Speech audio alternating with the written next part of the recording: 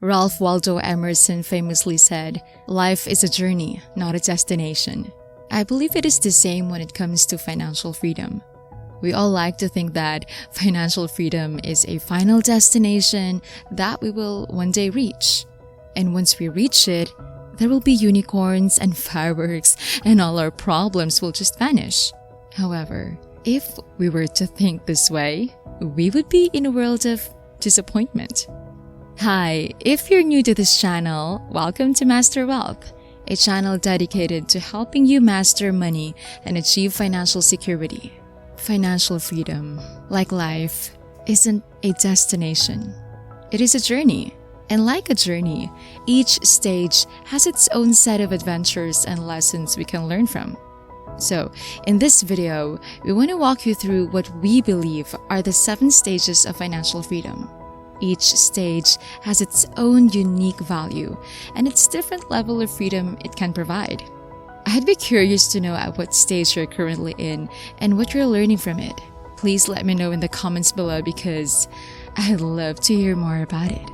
And if you can do me a huge favor and hit the like button as well, I would appreciate it. It really helps with the YouTube algorithm and allows videos like this to be shared with more people. Stage 1 of financial freedom is to have $1,000 in your bank account as an emergency fund. If this sounds familiar to you, I borrowed it from Dave Ramsey and his baby steps. Dave Ramsey was the first personal finance expert that had a real impact on my life, and following his baby steps really helped me to feel like I was making progress in my personal finances. For many of you, you likely have already reached stage 1. So, congratulations! Having $1,000 in cash may not seem like much, and definitely far from complete financial freedom. But it is an important step to starting your journey. Some studies show that more than half of Americans can cover a $1,000 emergency expense with their savings. By having $1,000 liquid cash in the checking account, you are doing better than half the people out there. So, if you've already achieved stage 1, give yourself a pat on the back and let's move on to stage 2. Stage 2. Stage 2 of financial freedom is to pay off all debt, except the mortgage. This includes debt like credit card debt, student loans, and car loans. The pursuit of financial freedom requires that you aren't being weighed down by debt. If you have accepted debt as a normal way of life, you have to start thinking differently. Debt shouldn't be normal, especially for those of us pursuing financial freedom. When we normalize debt, we normalize lifestyle inflation. We normalize debt payment as a regular part of life. And worst of all, we normalize the background hum of financial stress. If you have debt right now, vow to recognize it as something that needs to be rid of, not to be accepted as a normal way of life. I've used what Dave Ramsey calls the debt snowball method to pay down my student loans. You essentially list out all your debts in order of balance, from the smallest to the largest, regardless of their interest rate. Then you squeeze out as much as possible from your budget and tackle the smallest one until it is gone. Once it is gone, you focus your effort on the next, second smallest debt until that one is gone as well. You keep going until all your debt is gone. By tackling from smallest to largest, you gain momentum in your debt paydown journey, like a snowball. Stage 3 is to have between 3 to 6 months of expenses saved in your checking account as an emergency fund. The specific months depend on your personal preference and the stability of your job. If you are more risk-averse when it comes to preparing for unexpected events, then opt for the larger cash cushion. But the key is to have enough cash in your checking or savings account to handle emergencies and life events. Life events like job transitions, or emergencies like your water boiler breaking down. Because you have cash, you don't need to borrow money. You have already paid off all your debt in stage 3. So you don't want to get yourself into a position where you might need to be burdened by debt again. Stage 3 really starts to really give you both the mental and emotional breathing room when it comes to your finances. You can start planning for the long-term future. You can strategize your career pathway. You're no longer making short-term financial decisions to survive. Stage 4. Stage 4 is to have 1 year of annual expenses saved. And because this is a large sum of money, it would be a combination of your cash and investments. And this is what I believe is the real pivotal point, where many of us go from a short-term survival mode to long-term wealth building mode. When you have 1 year of expenses saved, you essentially have what J.L. Collins famously calls the FU money. If you really don't like your job, you have the ability to quit and look for a new one without the fear of financial catastrophe. If your company is downsizing and you're unfortunately on the list, you don't have to stress out like many others. You kind of welcome the downtime. We live in a time where an average person will have multiple careers in his or her lifetime. For me personally, I've made 2 major career shifts in the last 10 years, completely changing my occupation and the industry I worked in. The world is changing quicker than many of us can adapt to, and having 1 year of expenses will give us the cushion to successfully make these transitions. Another interesting thing you'll notice starting happening at this point is the power of compounding in your portfolio. When you have $1,000 in investment and the market is returning 10% a year, $100 doesn't feel like a lot. But when you have $100,000 in the market, now that 10% annual return just made you $10,000 without you needing to do anything. If the 10% return continues, your $100,000 will essentially double to $200,000 in little over 7 years. This is how the wealthy get wealthier, and at stage 4, you're getting a glimpse of it. Stage 5. Stage 5 is where you have 5 years worth of annual expenses saved and invested. If you arrive at this stage at an earlier point in your life, like in your 20s, in the financial independence world, this stage is what would also be called post-FI.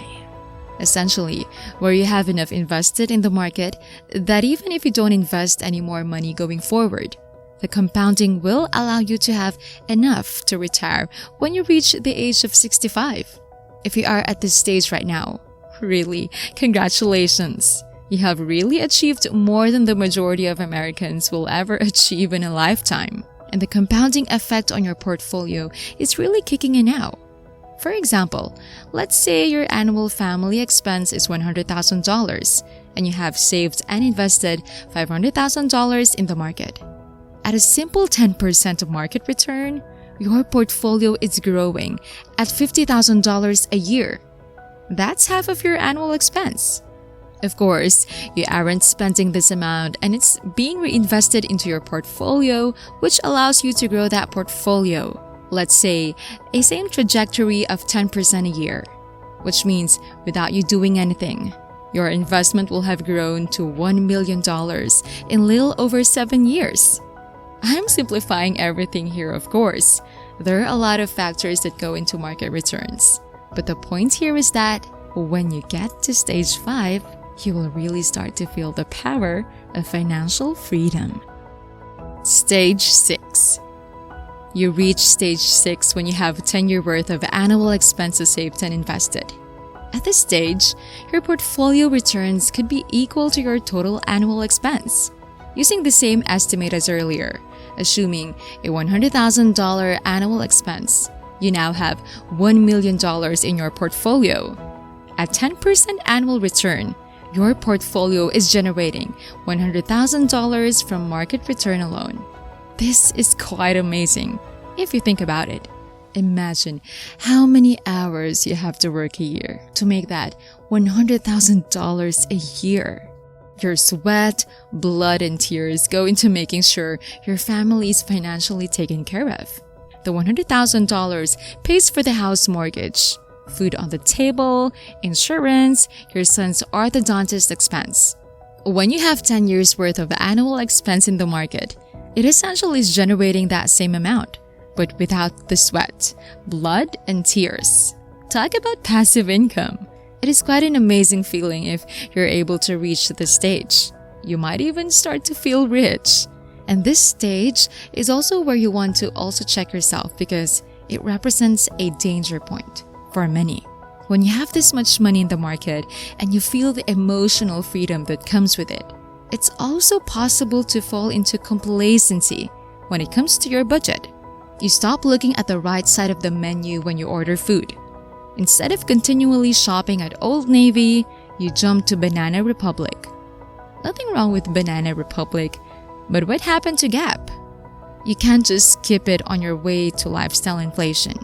You definitely congratulate yourself when you get to the stage, but also don't lose focus. Stage 7.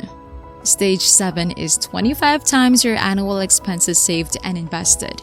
This is the ultimate financial freedom because when you have 25 times your annual expense invested in the market, you have the choice to completely retire from work. The rationale behind the 25 times your annual expense comes from what's called the 4% rule. The base of the 4% rule is that when we only pull 4% from our portfolio a year, the investment will continue to grow ahead of inflation, allowing us essentially to live off our portfolio forever, like a goose that continuously lays the golden egg. In the example of $100,000 annual expense, this means when you have a portfolio of $2.5 million, 25 times the $100,000, you're basically financially free. You can pull $100,000 a year from your $2.5 million portfolio for the foreseeable future, and it will never run out. Of course, there are a lot of nuances here that I'm not covering, like inflation and prolonged market downturn, but that's for another time. The basic notion here is that when you achieve stage 7, you can retire from work if you choose to do so. Or you can pursue a different career that you didn't before because of financial reasons. Or you can choose to travel the world with your family. The choice is yours, and the world is your oyster. If you feel like you're too late to the game and you don't think you'll ever reach this stage, don't lose heart. There are many who are pursuing financial freedom even much later in life. It is never too late to start. The choice is yours. Remember, financial freedom starts with an adaptable mindset. See you in the next video. Cheers!